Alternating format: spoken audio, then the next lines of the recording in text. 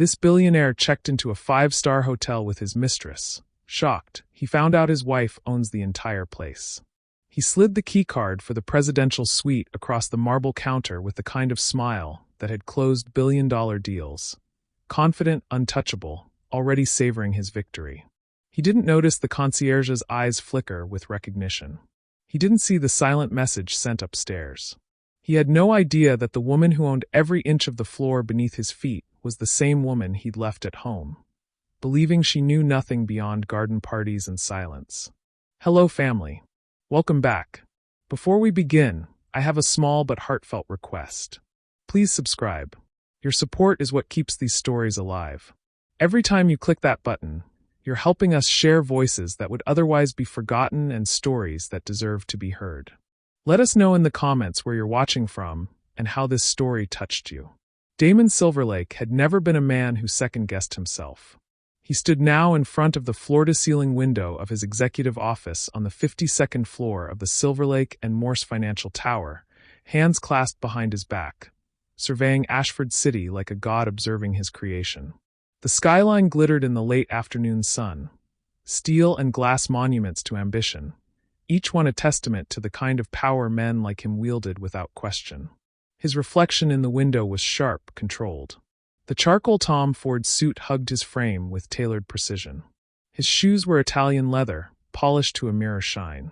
The Patek Philippe on his wrist had cost more than most people's annual salary. But these were not indulgences. They were statements. Proof that he had arrived. That he had conquered. Behind him, his phone buzzed. "RAYNE, still on for tonight? I'm already packed." Winking face. He smiled, a slow, private curve of his lips.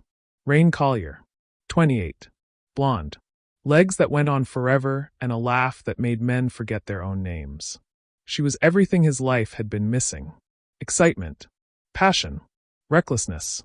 His wife Isla was beautiful, yes. Stunning, even. But she was quiet. Too quiet. She moved through their home like a ghost, tending to her books, her flowers, her charity work. She smiled when spoken to. She never raised her voice. She never demanded anything. And Damon had mistaken that silence for simplicity. He typed back quickly. "Damon, presidential suite. The Meridian Crown. I'll pick you up at 7. He pocketed the phone, grabbed his briefcase, and walked out without a backward glance. Across the city, in a penthouse office overlooking the same skyline, Isla Gray sat in a leather chair that had once belonged to her mother. The room was warm, filled with low golden light that spilled across dark wood bookshelves and soft cream walls. There were no ostentatious displays here. No gold-plated anything. Just quiet, unshakable elegance. Isla's fingers moved across her tablet with practiced ease, scanning reports, approving budgets, reviewing staff schedules. Her hair, dark as midnight, was pulled into a low, neat bun. She wore a simple cashmere sweater the color of smoke and tailored trousers. No jewelry except for a single ring on her right hand, a small sapphire her mother had given her the year before she died. Her phone vibrated. She glanced down. "Tobias Vance, Mrs. Gray. We have a booking under the name Damon Silverlake. Presidential suite. Tonight. Checked in with a guest. Thought you should know." Isla's hand stilled. She read the message again. Slowly. Then she set the phone down, her expression unchanged. For a long moment, she simply sat there, staring out at the city. Her city. The one her mother had built from nothing. The one Isla had inherited at 25 when cancer had taken Charlotte Gray far too soon. The Meridian Crown wasn't just a hotel. It was a legacy. 12 properties across the country. A reputation that meant something. Elegance. Discretion. Power that didn't need to announce itself. And Damon had no idea. He'd never asked about her work. Never wondered where she went during the day. Never questioned the quiet confidence with which she moved through the world. He'd assumed she was some kind of hobbyist. A woman with a trust fund and too much time on her hands. He didn't know she'd been running an empire while he played king in his glass tower. Isla picked up her phone again. "ISLA. Thank you, Toby. I'll handle it." She stood, smoothed her sweater, and walked to the window. Her reflection looked back at her, calm, composed, unreadable. But beneath that stillness, something ancient and sharp began to wake. Damon pulled up to Rain's apartment in his Aston Martin, the engine purring like a predator at rest. She was waiting outside, dressed in a red dress that clung to every curve, her hair cascading over one shoulder like spun gold. She slid into the passenger seat, her perfume filling the car, something sweet and cloying that made his pulse quicken. "God, I've been dying for this," she breathed, leaning over to kiss him. Her lips tasted like champagne and ambition. "You're going to love it," Damon said, his hand finding her thigh as he pulled into traffic. "The Meridian Crown. Best hotel in the city. Maybe the country." "I've heard of it," Rain said, her eyes lighting up. "Isn't it impossible to get into?" "Not if you know the right people." She laughed, delighted. "You're incredible, you know that?" He did know. He'd built his entire life on that knowledge. They drove through the city as the sun dipped below the skyline, casting everything in shades of amber and shadow. Rain chattered about her week. Something about a photo shoot, a campaign, an influencer event. Damon nodded in the right places, but his mind was elsewhere. He was already imagining the suite. The bottle of Dom Perignon he'd ordered in advance. The view from the bedroom balcony. The weekend stretched out before him like a feast.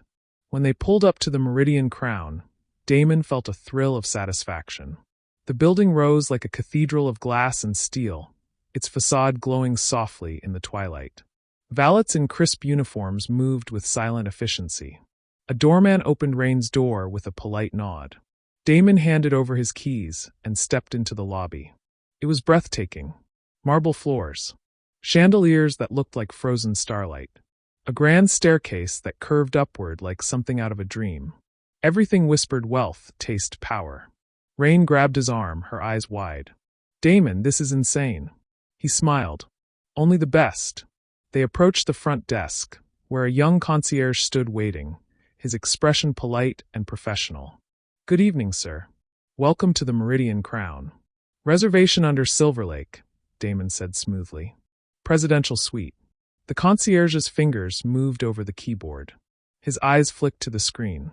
And for just a fraction of a second, so brief Damon almost missed it, something changed in his expression. "Of course, Mr. Silverlake. Everything is ready for you." He slid 2 keycards across the counter. Damon took them, his smile widening. He had no idea that 3 floors above him, in an office he'd never seen, Isla Gray was standing at her window, watching the city lights flicker to life. And waiting. Have you ever underestimated someone close to you, only to realize they were far more than you imagined? Drop a comment and tell us your story.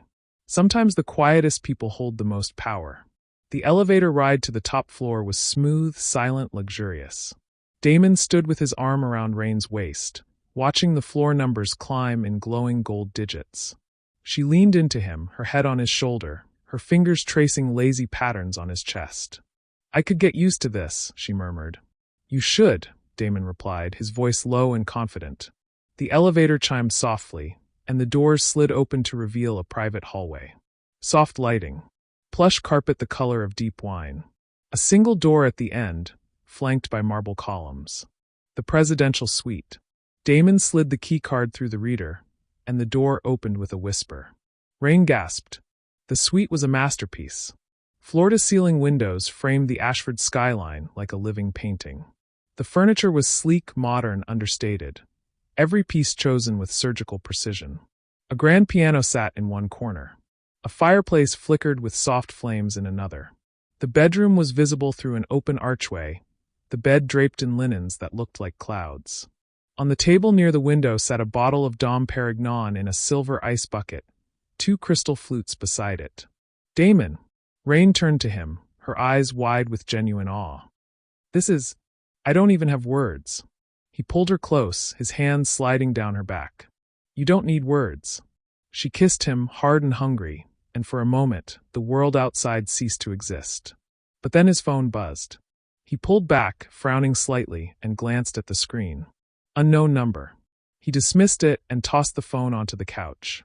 "Ignore it," Rain whispered, pulling him toward the bedroom. He smiled and followed. 3 floors below, in an office that smelled faintly of lavender and old books, Isla sat at her desk, her hands folded in her lap. Tobias Vance stood across from her, his expression carefully neutral.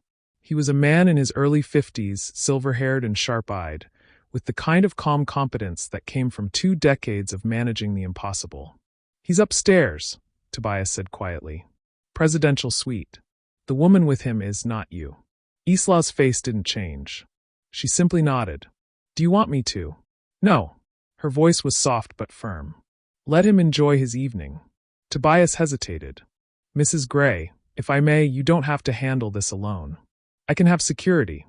Toby." She looked up at him, and for the first time, he saw something flicker in her eyes. Not anger. Not hurt. Something colder. Something that had been sleeping for a very long time. "I'm not interested in making a scene." "Not yet." He nodded slowly. "What do you want me to do?" She stood, walked to the window, and looked out at the city. Her city. "I want him to feel safe," she said quietly. "I want him to believe, just for a little while longer, that he's gotten away with it." Tobias studied her for a moment, then allowed himself the faintest smile. "Understood. And Toby?" "Yes, ma'am. Make sure he gets the full VIP treatment. Champagne. Dinner. Whatever he asks for."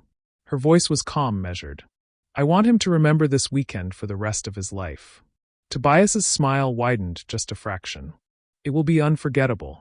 Upstairs, Damon poured 2 glasses of champagne and handed one to Rain, who had kicked off her heels and was curled up on the sofa, her legs tucked beneath her. "To us," he said, raising his glass. She clinked hers against his. "To the man who knows how to treat a woman right." They drank, and Damon felt the familiar warmth of victory spreading through his chest. This was what life was supposed to feel like. Effortless. Intoxicating. Free. Rain set down her glass and looked around the suite again, her eyes lingering on every detail. I looked this place up on the way over. Do you know who owns it?" Damon shrugged, uninterested. "Some hospitality group, probably." "Why?" "No, I mean it's privately owned. By one person. A woman, actually." Rain pulled out her phone and scrolled for a moment. "Here. Isla Gray. She inherited it from her mother. Runs the whole chain." Damon froze. The name echoed in his mind like a bell struck in an empty cathedral. Isla Gray. Not Isla Silverlake. He'd never thought about it. Never questioned why she still used her maiden name professionally. He'd assumed it was some feminist thing, some harmless quirk. Rain didn't notice his silence. She kept scrolling. God, she's gorgeous. And apparently, insanely private. There are barely any photos of her. Just this one from some charity gala last year. She turned the phone toward him, and Damon's world tilted. The woman in the photo was unmistakable. Dark hair swept into an elegant twist. A floor-length gown the color of midnight. A calm, composed smile that revealed nothing. His wife. His quiet, unassuming, background-dwelling wife. Standing on a stage, shaking hands with the mayor. A plaque in her hands that read Philanthropist of the Year. Behind her, in soft focus but still visible, was a banner. The Meridian Crown Hotel Group, celebrating 30 years of excellence. Rain was still talking. "Can you imagine? Being that rich and that low-key? I mean, if I owned all this side." "Rain." His voice came out hoarse. She looked up, confused. "What?" He couldn't answer. His mind was racing, pieces clicking into place with sickening clarity. The way Isla always seemed calm. Unbothered. The way she traveled for work, but never talked about it. The way she'd smile when he bragged about closing deals, as if she were humoring a child. The way she'd looked at him last week when he'd casually mentioned he'd be out of town this weekend. She just nodded and said, "Have a good time." Damon set down his champagne glass with a hand that trembled slightly. "I need to make a call," he muttered. Rain frowned. "Now." "Babe, we just got here." But he was already walking toward the window, pulling out his phone, his heart pounding in his chest. He dialed Isla's number. It rang once. Twice. 3 times. And then, from somewhere in the hallway outside the suite, faint but unmistakable, he heard it. A phone ringing. The same ringtone he'd heard 1,000 times. His blood turned to ice. The ringing stopped, and Isla's voice came through the line, soft and steady as ever. "Hello, Damon." He turned toward the door.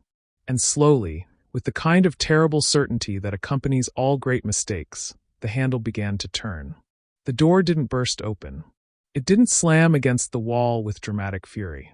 It simply opened, smooth, quiet, controlled, and Isla Gray stepped into the presidential suite of her own hotel as if she'd been expected all along.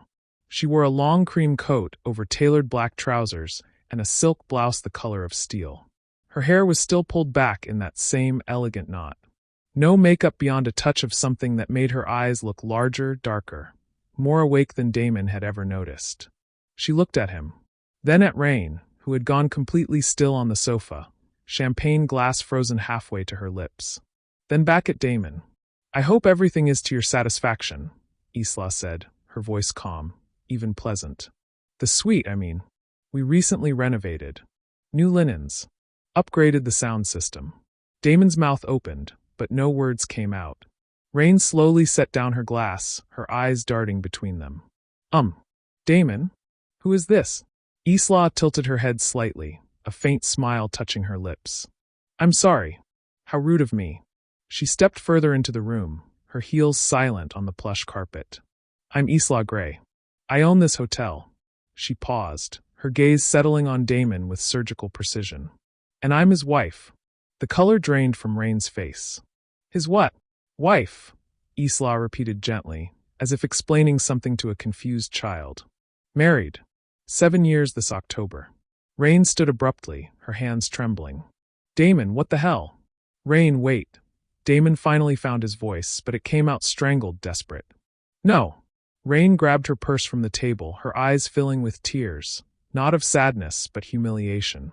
"You told me you were separated. You said. I know what I said. You're a liar." Her voice broke. She looked at Isla, and something like shame flickered across her face. I didn't know. I swear I didn't." "I believe you," Isla said quietly. The kindness in her tone seemed to break something in Rain.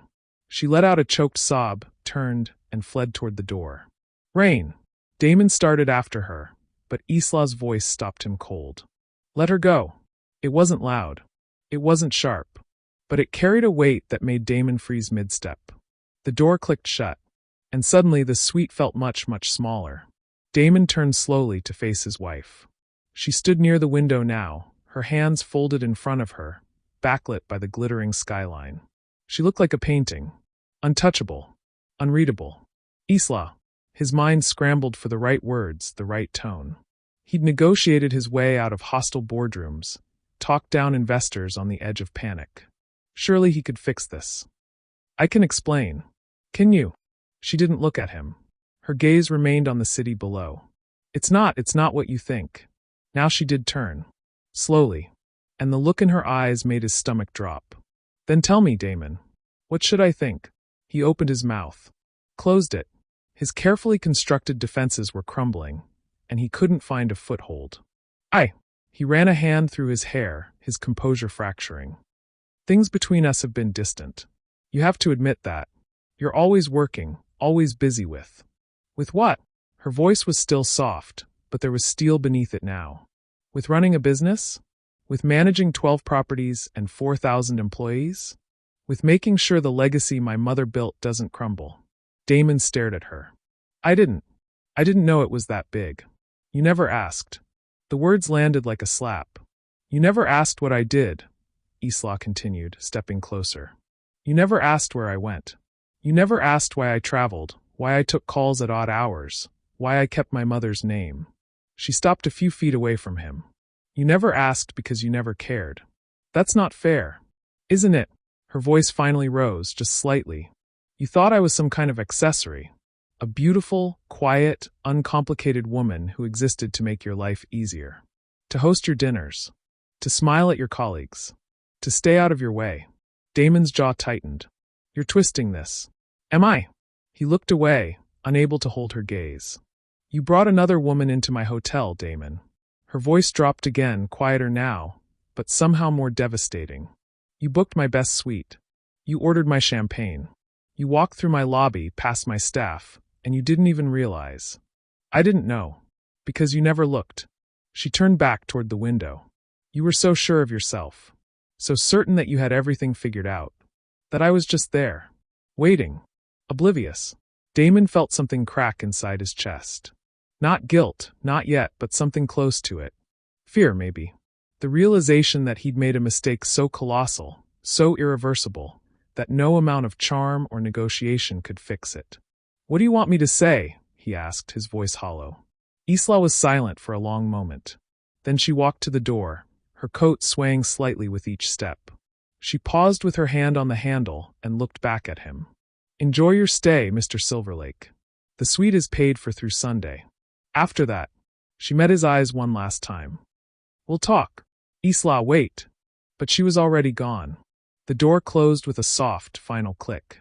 And Damon stood alone in the middle of the presidential suite, surrounded by luxury he hadn't earned, in a kingdom he'd never known existed.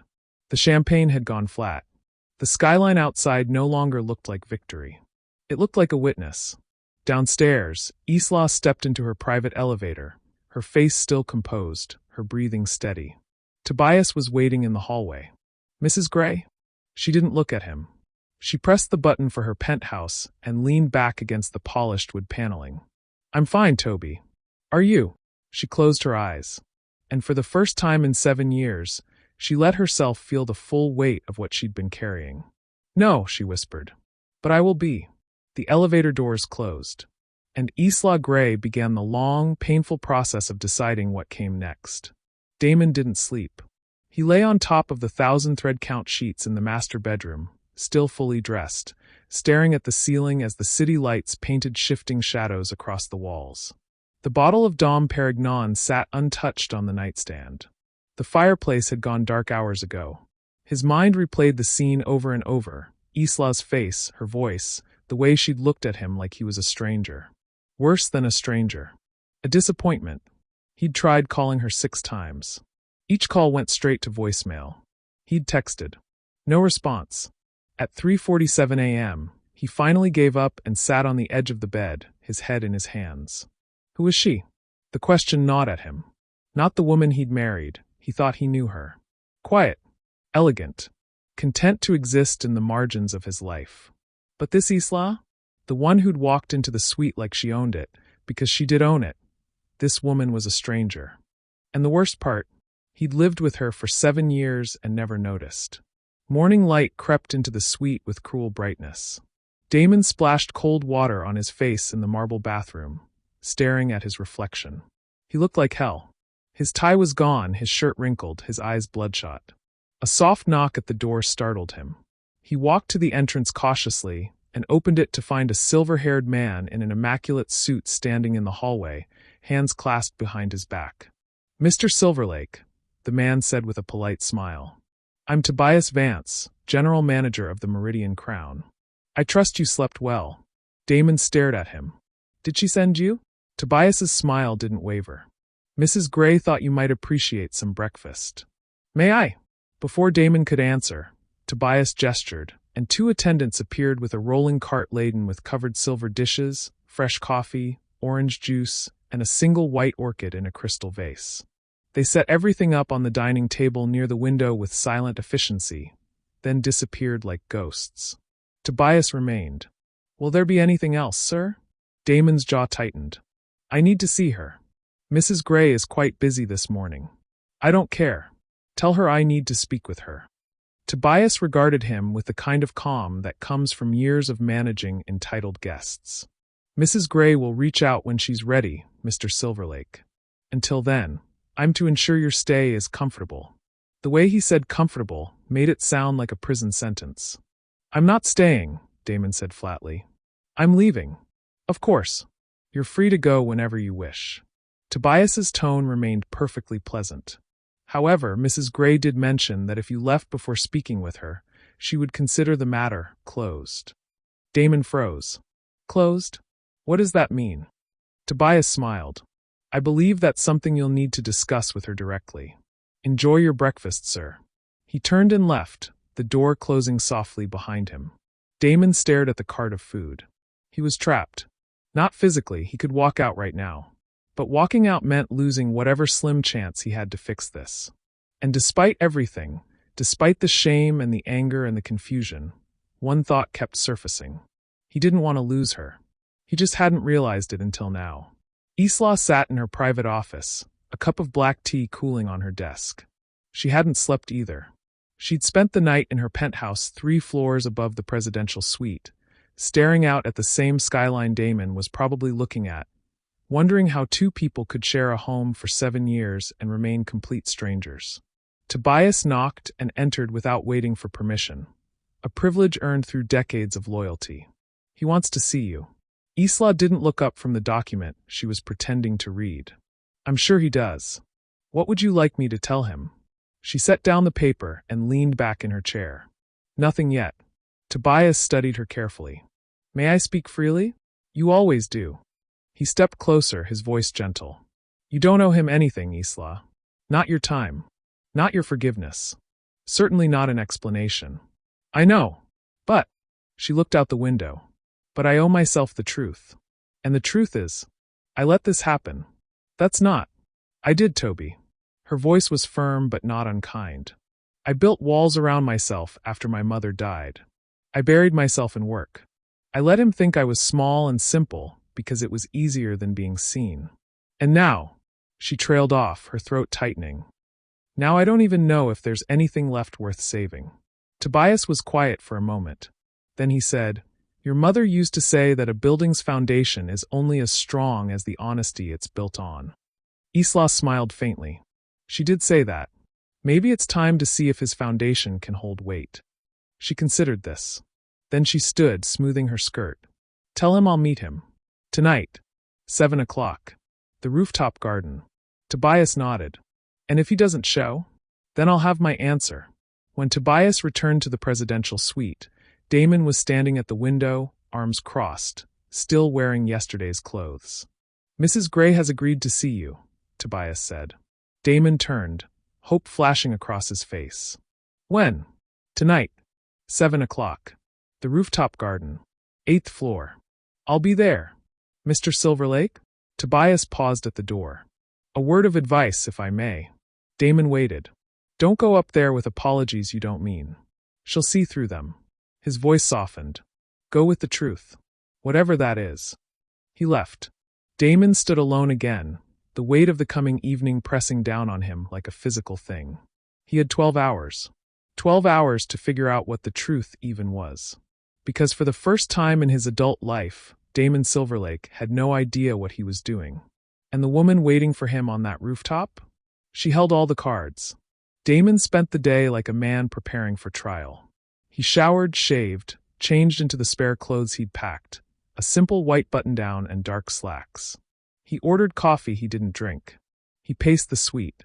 He rehearsed what he'd say, then discarded every version because they all sounded hollow. By 5 p.m., restlessness drove him out of the room. He found himself wandering the halls of the Meridian Crown, seeing it, really seeing it, for the first time. The architecture was stunning. Every corner, every fixture, every carefully chosen piece of art spoke of intention. There was warmth here, despite the luxury. A sense of home woven into the grandeur. He passed a wall of framed photographs near the executive wing. And he stopped. The centerpiece was a portrait of a woman in her 50s, dark-haired, elegant, with eyes that looked startlingly familiar. Beneath it, a brass plaque read, Charlotte Elaine Gray. Founder, the Meridian Crown Hotel Group. 1952 to 2012. Build something that lasts. Build something that loves. Damon stared at the woman's face. Isla's mother. Around the portrait were smaller photographs. The groundbreaking of the first hotel. A ribbon-cutting ceremony. Charlotte shaking hands with city officials, architects, investors. And in several of the later photos, standing just behind her mother, always slightly out of focus, was a younger Isla. She couldn't have been more than 20 in some of them. 22, maybe 23 in others. Always watching. Always present. Never front and center. One photo caught his eye. It was taken at night, during some kind of gala. Charlotte stood at a podium, mid-speech, radiant and commanding. But in the background, barely visible near the edge of the frame, was Isla. She sat alone at a table, her face turned toward her mother, and the expression there. Damon's chest tightened. It was love, and longing, and a loneliness so deep it hurt to look at. That was taken 6 months before she died. Damon turned sharply. Tobias stood a few feet away, his hands folded, his expression unreadable. Charlotte was giving the keynote at a hospitality summit, Tobias continued, stepping closer to the wall. Isla had just finished her MBA. She'd turned down 3 job offers to come work for her mother. She wanted to learn the business from the ground up. Damon looked back at the photo. She never told me any of this. Did you ever ask? The words were gentle, but they landed like stones. Tobias moved to stand beside him, his gaze on the portrait of Charlotte. When Mrs. Gray, Charlotte, got her diagnosis, she had 6 months. Maybe 8, they said. She spent every one of those days teaching Isla everything. How to negotiate with suppliers. How to handle staff disputes. How to read a balance sheet and a person's character in the same glance. He paused. She died on a Tuesday morning. Isla was holding her hand. Damon felt something twist in his gut. Isla was 25, Tobias continued quietly. She inherited an empire, a board full of skeptics, and a grief so heavy she could barely stand. But she stood anyway. She fought for this place. She earned every inch of respect her mother left behind. He turned to look at Damon. And she did it alone. She wasn't alone, Damon said, his voice rough. I was. Were you? The question hung in the air. Damon wanted to argue, to defend himself. But the truth was louder than his pride. He'd been there, yes. Physically. They'd lived in the same house. Slept in the same bed. But he'd never seen her. Not really. He remembered the year they got married, 2016. Isla had been quieter then, more withdrawn. He'd assumed it was just her personality. Shyness, maybe.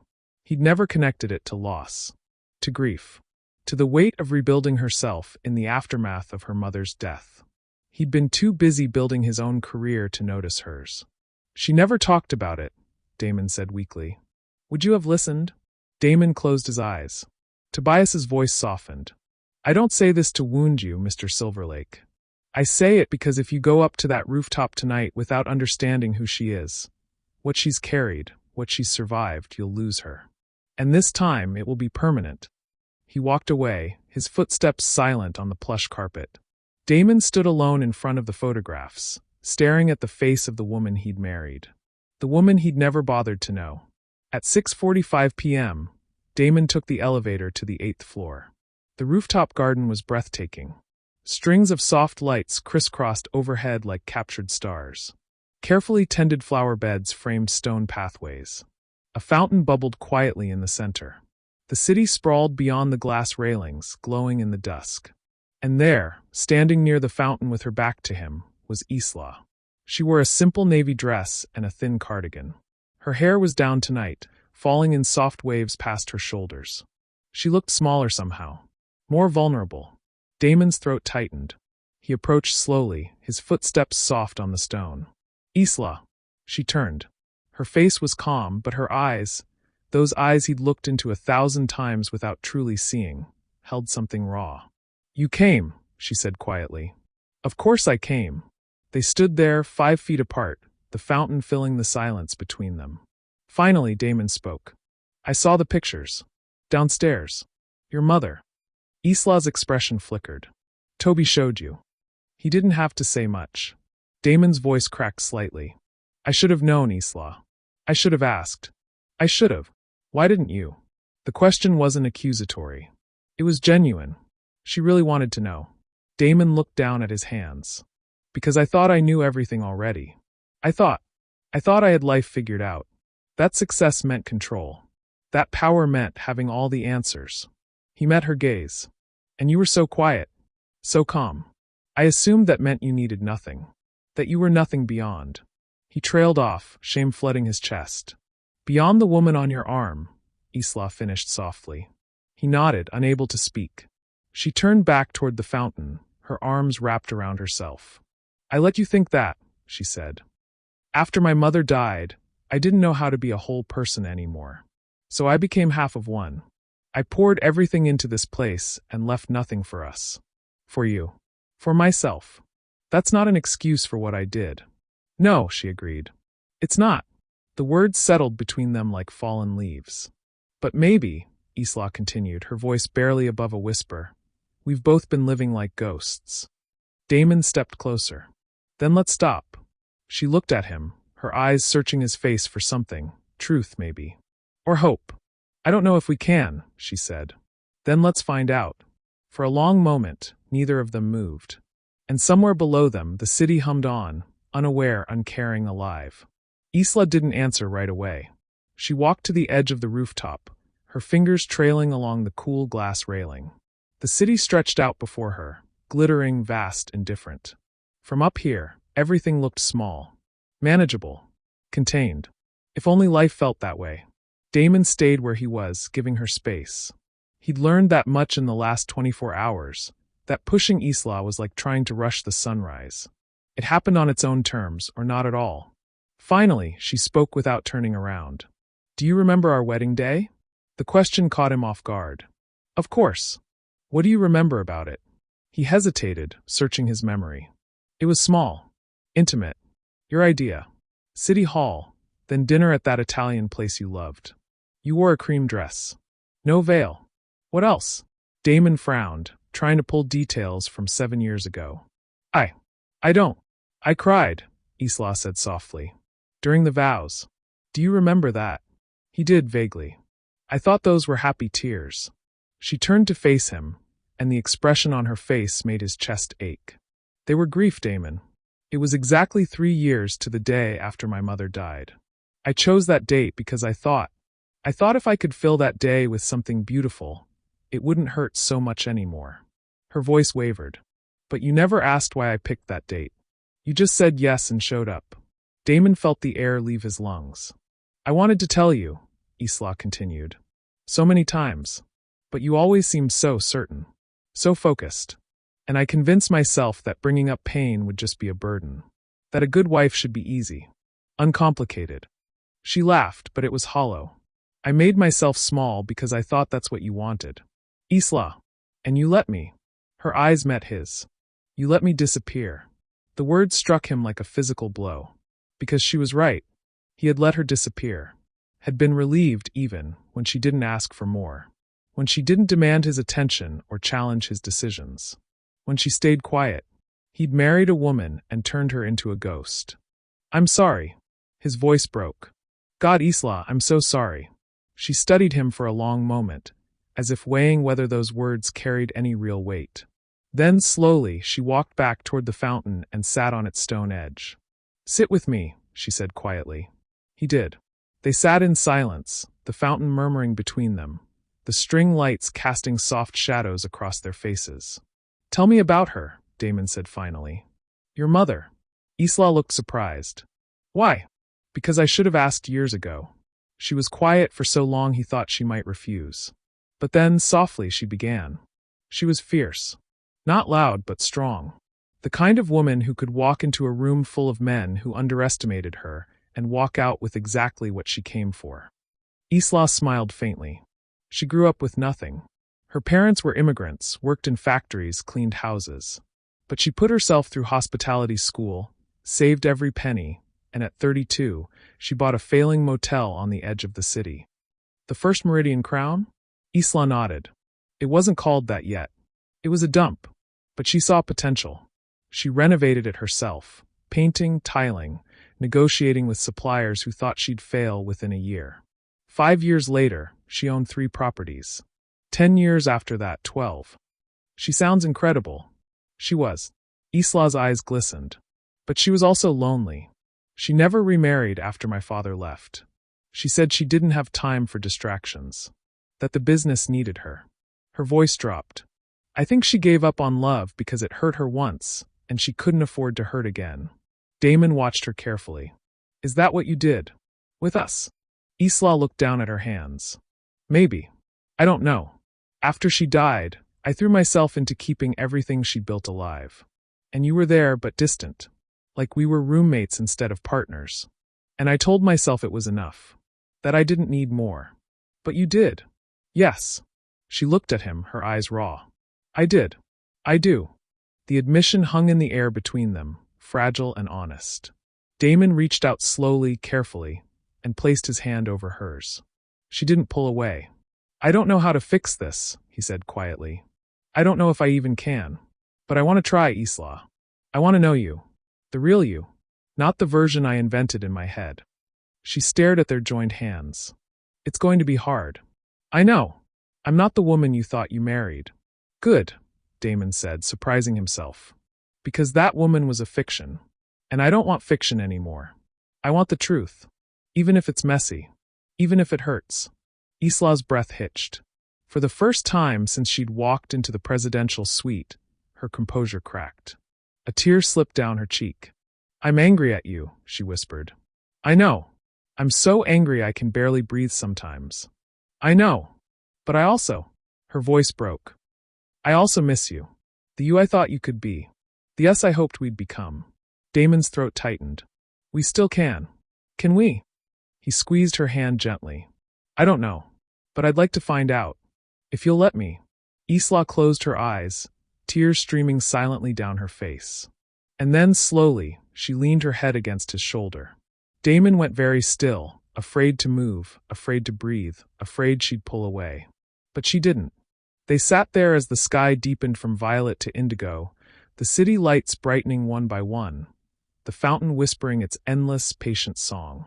It wasn't forgiveness. Not yet. But it was a beginning. And for the first time in 7 years, they sat together not as strangers, but as two people trying, really trying, to find their way back to something real. Stay tonight, Isla said softly, her voice muffled against his shoulder. Not in the suite. Here. In the garden. With me. Damon's heart stumbled. Okay. Just talk. That's all. Just talk to me. I will, he promised. I'll tell you everything. And beneath the stars and the string lights, as the city breathed around them, Damon Silverlake began to speak. He told her about his childhood, the pressure to succeed, the father who measured worth in profit margins, the loneliness that came from always performing, never resting. He told her about his fears, his insecurities, the hollow feeling that no amount of success ever seemed to fill. And Isla listened, really listened. And for the first time in a long time, neither of them felt alone. Have you ever realized you didn't truly know someone you loved, until it was almost too late? What did you do? Share your story in the comments. Sometimes the hardest conversations are the ones that save us. They talked until nearly midnight. The rooftop garden became a confessional, a sanctuary, a place where words that had been locked away for years finally found air. Damon spoke about things he'd never told anyone. The weight of expectation, the fear of being ordinary, the way he'd built his entire identity around achievement because he didn't know who he was without it. And Isla listened. Not with judgment, but with something softer. Understanding, maybe. Or recognition. When it was her turn, she told him about the months after her mother died. How she'd wake up reaching for the phone to call her, forgetting for just a moment that she was gone. How the board of directors had circled like sharks, waiting for her to fail. How she'd cried in this very garden more nights than she could count. I wanted to tell you, she said, her voice thick with old pain. But every time I tried, you were already talking about your next deal, your next victory. And I thought, if I'm falling apart, I'll just bring you down. You wouldn't have, Damon said firmly. You don't know that. I do now. She looked at him in the dim light, searching his face for cracks, for the old dismissiveness. But all she saw was regret. And something that looked almost like humility. It was nearly 1 a.m. when Tobias appeared at the rooftop entrance, discreet as always. Mrs. Gray, I apologize for the interruption, but there's an urgent matter that requires your attention. Isla stood, brushing off her dress. What is it? A situation at the downtown property. Burst pipe in the main kitchen. The overnight manager is handling it, but they need your approval on the contractor and the insurance claim. She sighed. Of course they do. She glanced at Damon. I need to. Go, he said. I understand. She hesitated, then nodded. I'll be back in an hour. Maybe less. I'll be here. She walked toward the elevator with Tobias, but paused and looked back. Damon. Yeah. Thank you. For tonight. He smiled, small, genuine. Thank you for listening. She disappeared into the elevator, and Damon was alone again. He walked to the railing, breathing in the cool night air, feeling something unfamiliar settle in his chest.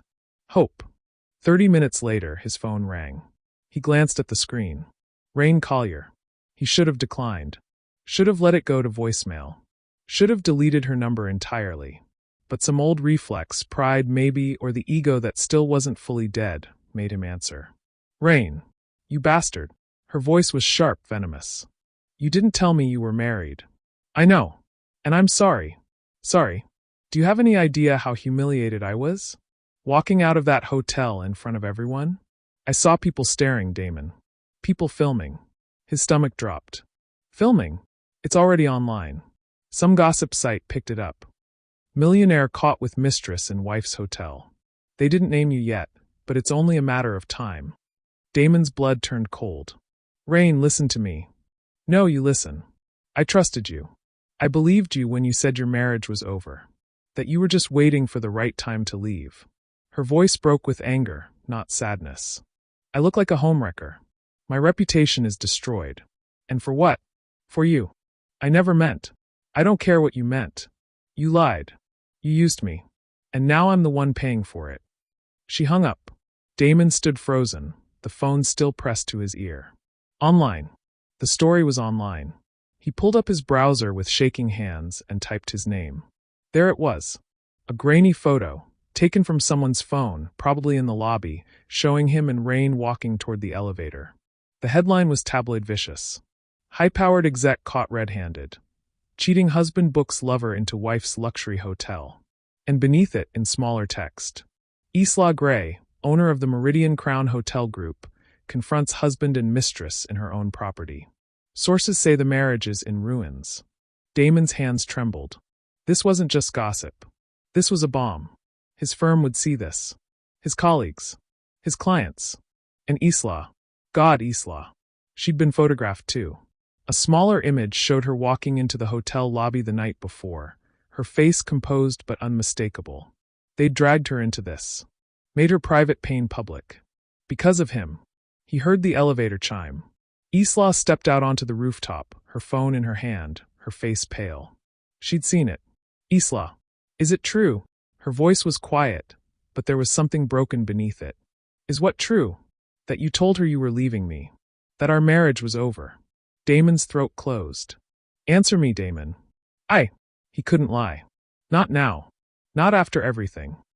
I said things were complicated. That we'd grown apart. I didn't. You told her you were leaving me. It wasn't a question anymore. Yes. The word came out like a stone. I'm sorry I was. Stop. Isla held up a hand, her eyes filling with tears. Just stop. Isla, please. I sat here with you tonight. I let you in. I believed you when you said you wanted to try. Her voice cracked. And the whole time, you'd already written us off. You'd already decided we were over. That was before. Before what? Before you got caught. She laughed bitterly, tears streaming down her face. You weren't trying to save us, Damon. You were trying to save yourself. That's not fair. Fair. Her voice finally rose, sharp and raw. You brought another woman into my hotel. You humiliated me in front of my staff, my city, my industry. And now the whole world knows that the man I married thinks so little of me. He was planning his exit while I was planning our future. I wasn't. Get out. The words cut through the air like glass. Damon stared at her. Isla, get out of my hotel. Get out of my life. She turned away from him, her shoulders shaking. I gave you a chance tonight.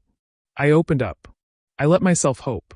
And you've proven, once again, that I was a fool to believe in you. Please just listen.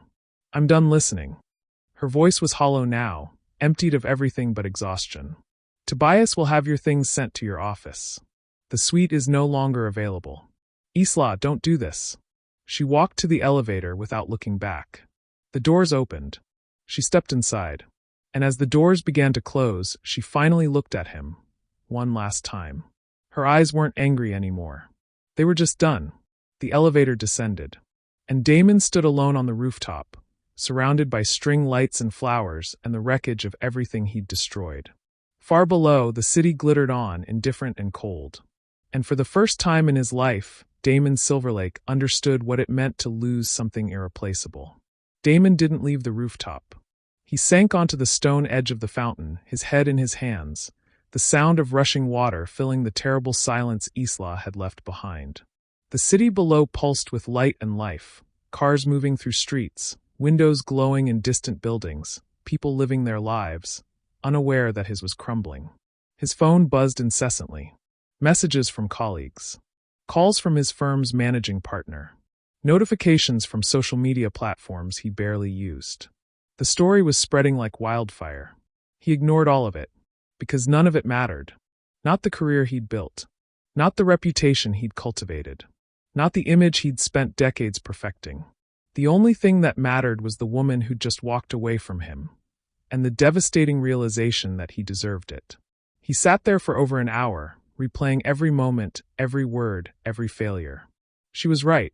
He had written them off. Maybe not consciously, but in his actions, his choices, his cowardice.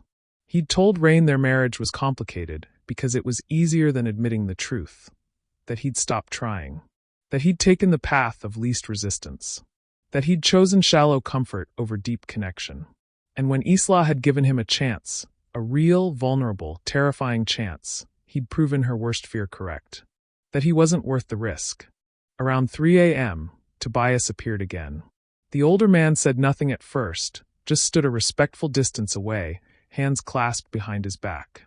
Finally, Damon spoke without looking up. "She sent you to throw me out?" "No, sir. She doesn't know I'm here." Damon lifted his head. "Then why are you?" Tobias walked closer, his expression unreadable. "Because 27 years ago, I made a mistake that nearly cost me everything." Damon frowned. "What?" "I was married. Happily, I thought. But I was young and stupid and flattered by the attention of a woman who wasn't my wife." Tobias's voice was steady, but there was old pain beneath it. "I didn't have an affair. But I came close. Close enough that my wife found out. Close enough that she left me." "What did you do?" "I spent 6 months trying to prove to her that I'd changed. That I understood what I'd nearly thrown away." He paused. "She didn't make it easy. She shouldn't have. But I showed up. Every day. Not with grand gestures or empty promises. With action. With truth. With the kind of consistency that can only come from someone who's truly decided to be better." "And she took you back?" "Eventually. But it took time. And humility. And the willingness to accept that I'd broken something that might never be fully whole again." Tobias met his eyes. "The question isn't whether she'll forgive you, Mr. Silverlake. The question is whether you're willing to become the kind of man worthy of forgiveness." The words settled over Damon like a weight. "How do I do that?" "You start by being honest. With yourself first. Then with her." Tobias turned to leave, then paused. "And you do it without expecting anything in return. Because if you're only doing it to win her back, she'll see through it. And you'll lose her forever." He walked to the elevator and disappeared. Damon sat in the silence for another long moment. Then slowly he pulled out his phone. He opened his messages and began to type, not to Isla, but to himself. A list. A reckoning. Things I need to face. I married Isla because she was beautiful and didn't challenge me. I never asked about her pain because I didn't want to deal with it. I had an affair because my ego needed feeding. I blamed our distance on her silence, but I'm the one who stopped listening. I don't know who I am without my career. I'm terrified of being ordinary. I've spent my whole life performing, and I don't know how to just be. He stared at the words on the screen, his chest tight. Then he added one more line. I love her, and I don't know if I ever told her that and meant it. He closed his eyes, the truth of it washing over him. He did love her. Not the version of her he'd invented. Not the quiet, compliant woman he'd wanted her to be. But the real Isla. The fierce, brilliant, grieving, powerful woman who'd built an empire while he played at being important. The woman who'd stood in that suite and held her ground even as her heart was breaking. That woman. And he'd lost her. But maybe, just maybe, he didn't have to stay lost. The next morning, Damon didn't go back to his office. He didn't return calls from his firm. He didn't draft a PR statement or hire a crisis management team. Instead, he sat in a coffee shop 3 blocks from the Meridian Crown and wrote a letter. Not an email. Not a text. A letter. By hand. On paper. Isla, I don't expect you to read this. I don't expect you to respond. But I need to say things I should have said years ago. I was wrong. Not just about the affair, though God knows that was unforgivable. But about everything. I was wrong to assume you were simple because you were kind. Wrong to mistake your quiet strength for weakness. Wrong to build a life with you without ever asking who you really were. You asked me once what I remembered about our wedding day. The truth is, I remembered what I wore. Where we ate. The surface details. But I didn't remember that you cried. I didn't remember that it was the anniversary of your mother's death. I didn't remember because I wasn't really there. I was already thinking about work, about what came next, about my own life. I've spent 38 years building a version of myself that looks successful. But I've never been honest. Not with anyone. Not even myself. I don't know if I can change. I don't know if I deserve another chance. But I know this. I love you. Not the you I invented. The real you. The woman who runs an empire with grace. Who carries grief like armor. Who gave me more chances than I ever earned. I love you, and I'm sorry I didn't see you until it was too late. If you never want to speak to me again, I'll understand. But if you do, if you ever want to try again, I'll be here. Not in a grand suite or behind some performance. Just me. Honestly. Finally. Damon. He folded the letter carefully and walked to the Meridian Crown. At the front desk, he handed it to the concierge. Please give this to Mrs. Gray. The young man nodded politely. Of course, sir. Damon turned to leave. Mr. Silverlake? He looked back. She's in her office. 3rd floor. If you'd like to. No. Damon shook his head. Just give her the letter. The rest is up to her. He walked out into the morning sun. And for the first time in his life, Damon Silverlake let go of control. And waited. Isla found the letter on her desk that afternoon. She'd spent the morning in back-to-back meetings, damage control mostly. The story had made waves in the industry. Reporters had called. Competitors had circled. Her board had expressed concern. But Isla had handled it the way she handled everything. With calm, precise authority. She'd released a brief statement through her attorney. This is a private matter. The Meridian Crown Hotel Group remains committed to excellence and discretion. No further comment. And she'd meant it. Let them talk. Let them speculate. She'd built this empire on substance, not image. It would survive a scandal. She would survive. But when she sat down at her desk and saw the envelope, her name written in Damon's unmistakable handwriting, her hands trembled. She almost didn't open it. Almost tossed it in the trash and moved on with her day. But something stopped her. Maybe it was curiosity. Maybe it was the faint, stubborn ember of hope she'd been trying to extinguish since last night. Maybe it was just exhaustion. She opened the envelope and began to read. By the time she finished, tears were streaming silently down her face. She read it again. And again. Not because the words were perfect, they weren't. The handwriting was messy in places, the sentences sometimes clumsy. But they were honest. Raw. Real.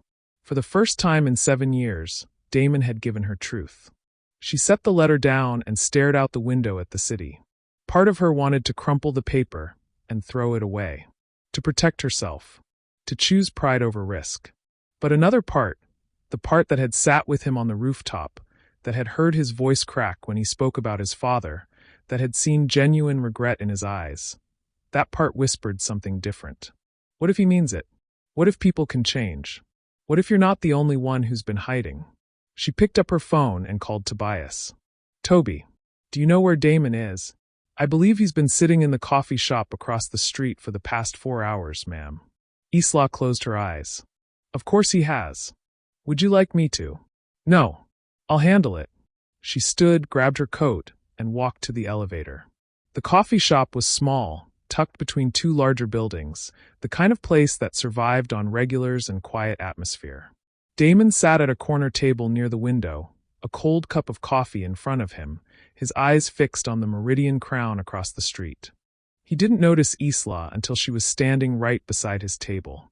Is this seat taken? His head snapped up, his eyes wide with shock. Isla, may I sit? Yes. God, yes. Please. She slid into the chair across from him, setting her purse on the table.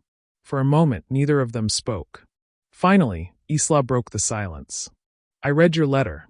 Damon swallowed hard. Anne, I don't know. She looked down at her hands. Part of me wants to believe you. Part of me thinks this is just another performance.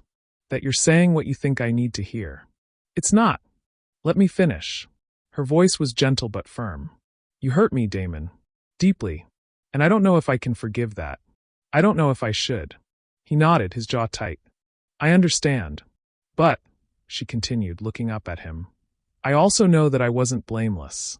I built walls. I shut you out.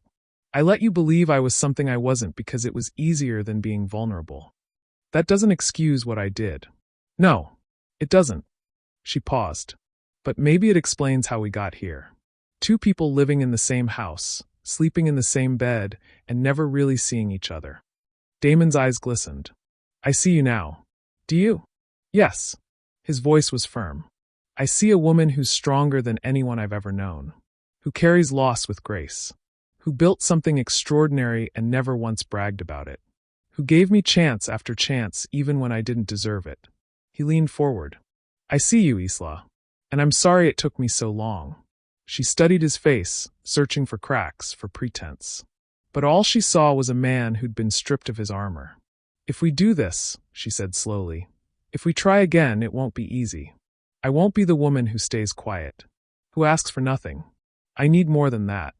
I know. I need honesty. Real partnership. Someone who sees me as an equal, not an accessory. You'll have it. And I need time, Damon. I can't just flip a switch and trust you again. I'll wait. His voice was steady.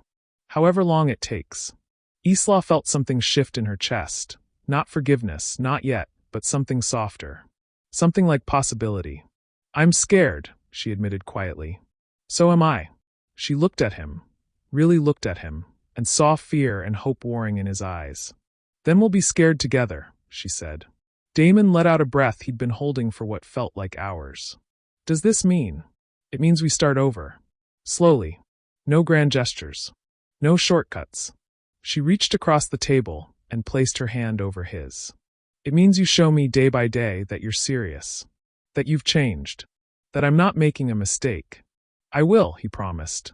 I swear to you, Isla, I will. She squeezed his hand gently. Then prove it.